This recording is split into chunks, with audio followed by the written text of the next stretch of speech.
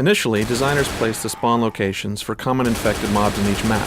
However, it became obvious after a few playthroughs that skilled survivors knew exactly where each of these were, killing the atmosphere of anticipation and constant danger. To address this, we tried creating sets of these mob generators and randomizing which sets were active for a given session. This helped somewhat, but ultimately it meant that experienced survivor teams would just have to check a few more known locations. Since a primary design goal of Left 4 Dead was to create an experience that could be replayed indefinitely, we needed a new approach. We decided to go for the ideal but riskier solution, a completely procedural approach that would determine where to create mobs on the fly as the team was playing. Although it took longer to build this system, in the end it worked better than we even hoped. Not only were experienced teams no longer able to expect where mobs would hit, but the process of populating maps with enemies was hugely simplified. What used to take weeks of painful iteration and constant updating as maps were changed became a 5-minute process that was much more tolerant of map changes and actually played better. It was so successful, in fact, that we can't imagine building Left 4 Dead without a system for this kind of procedural content. We later expanded this system to add wandering zombies to the environments to increase the survivors' tactical choices and add additional variety to the game experience. Once this design decision was made, these wanderers were added to every map in the game with just an afternoon's worth of code from a single programmer. We play-tested the idea that very same day. Network bandwidth usage when playing Left 4 Dead is a huge concern. We're constantly looking for ways to reduce how much data the server needs to send to each of the players. In most of our multiplayer games, we're only concerned with other players and their projectiles and weapons. But in Left 4 Dead, we must update not only the behavior of other players, but those of a horde of infected. In the hospital campaign, a lot of the surfaces are flat, such as halls and roadways. By making sure the infected only send their height when it changes, instead of giving complete position updates, we shaved almost 10% of the bandwidth from the server. The process behind designing Zoe's character wasn't as straightforward as the other three. Developing a young female in a zombie apocalypse isn't easy with a backstory like hers. She had to be attractive and worn down at the same time. She needed to be tough and able to hold her own, even though she's occasionally terrified. Her readability was also something we had to take into consideration. A bright red jacket solved the problem. It pops out amongst the gritty, desaturated zombies and the dark, subdued environment. As far as the rest of her appearance, there was a little bit of back and forth as her character came into focus through iteration. Finally, we were certain that the character model met our goals, and Zoe unfolded into an everyday young woman who everyone can relate to. Our first maps created specifically for the game were giant, non-linear city sections. The idea was that the survivor team would have to find their way through the zombie-infested city. Playtesting quickly revealed that keeping track of your teammates and fending off the hordes of zombies completely consumed players' attention. Adding on-the-fly discussions of which way to go were slow and frustrating. More importantly, however, was that the teams quickly found their favorite route and tended to always run the same way every time, minimizing their on-the-fly decisions.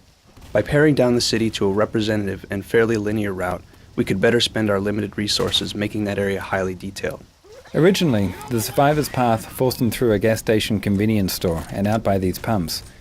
Due to the path, many players accidentally shot the pumps from close proximity, leading to a premature and seemingly unfair end to their survivor experience. Through a cycle of playtesting and iteration, we ultimately arrived at this layout, which preserved both the life of the player and the spectacle of the gas station detonating.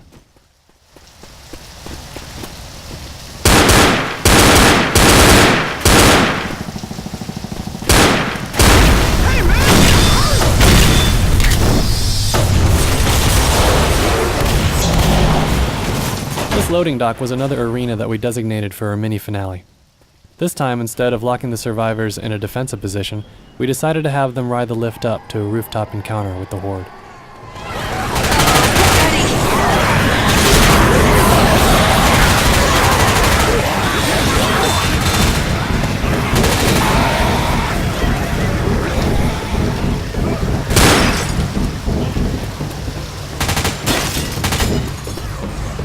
Based on the success of procedurally populating the world with wanderers and mobs, we decided to try to guarantee a consistent dramatic experience for the survivors. Through playtesting, we observed sessions where some survivor teams would occasionally get into a downward spiral of being overwhelmed to the point that they were never able to regroup and get ahead. This was partially due to some poor choices of the survivor players in varying skill levels, but also due to the luck of the draw with the procedural population system. A random streak of bad dice rolls would either be incredibly exciting for some teams or a death sentence for others. To address this, we created a system that tracks each survivor's stress level by watching for events like how much damage are you taking, how many zombies have you killed near you, and so on. If a survivor's stress level gets too high, the system will step in and forcibly throttle back the zombie population system to make sure the team gets a break every now and then. These breaks are critical for a couple of reasons. The primary reason is battle fatigue. Constant fighting and gunfire is tiring. Secondly, the team needs an end to these skirmishes along the way to give them a chance to regroup, heal, and reassess. Lastly, these big exciting battles are only exciting if there are also periods of quiet, creepy, tension, and anticipation to contrast them against. This dramatic pacing is really critical to creating a fun experience. Once this system was in place, we realized we had all this useful information on how the survivor team is actually doing. From a dramatic standpoint, ideally we want to see the survivor team just make it into the next checkpoint, limping in, being chased by the horde, so they can celebrate when the door closes and they yell, "We made it." One film technique we brought to Left 4 Dead was the idea of grain. Film grain is most apparent in dark scenes, which made it an attractive visual effect for our game. Grain does a good job of implying detail in darkness, adding grittiness and texture. However, we found in playtesting that if we applied grain uniformly, people would quickly tire of the effect. We hit upon a method for dynamically varying the grain effect based on light level. Scenes range from grainy texture in darkness and shadows to no grain at all in the brightest spots.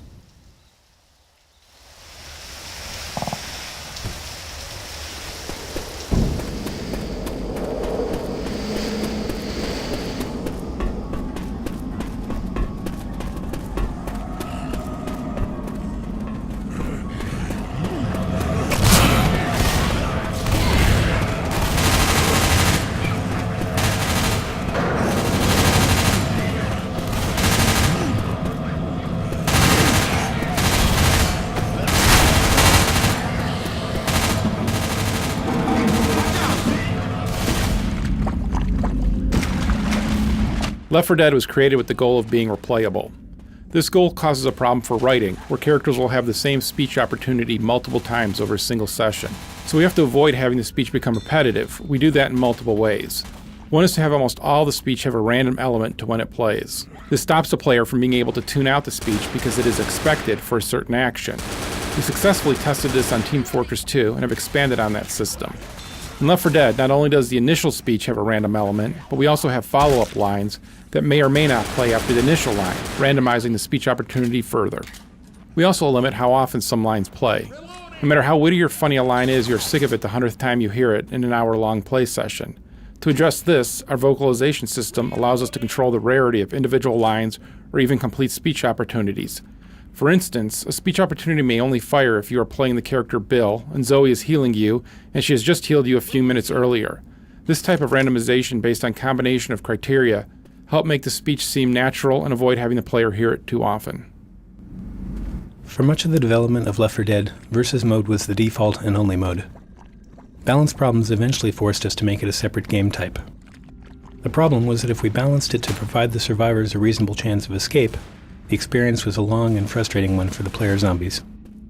Changes that were necessary to make the player zombie experience satisfying also served to make the experience dramatically harder for the survivors.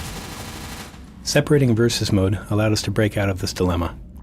Rather than aiming for a 50-50 shot at the survivors escaping, now we're aiming for a shorter, more intense experience where the survivors are unlikely to make it to the end. Their goal is simply to get further than the other team did. It's more fun for the zombies, and your reward for having a harder time as the survivors is that you get to switch teams after you're slaughtered and do the same to them.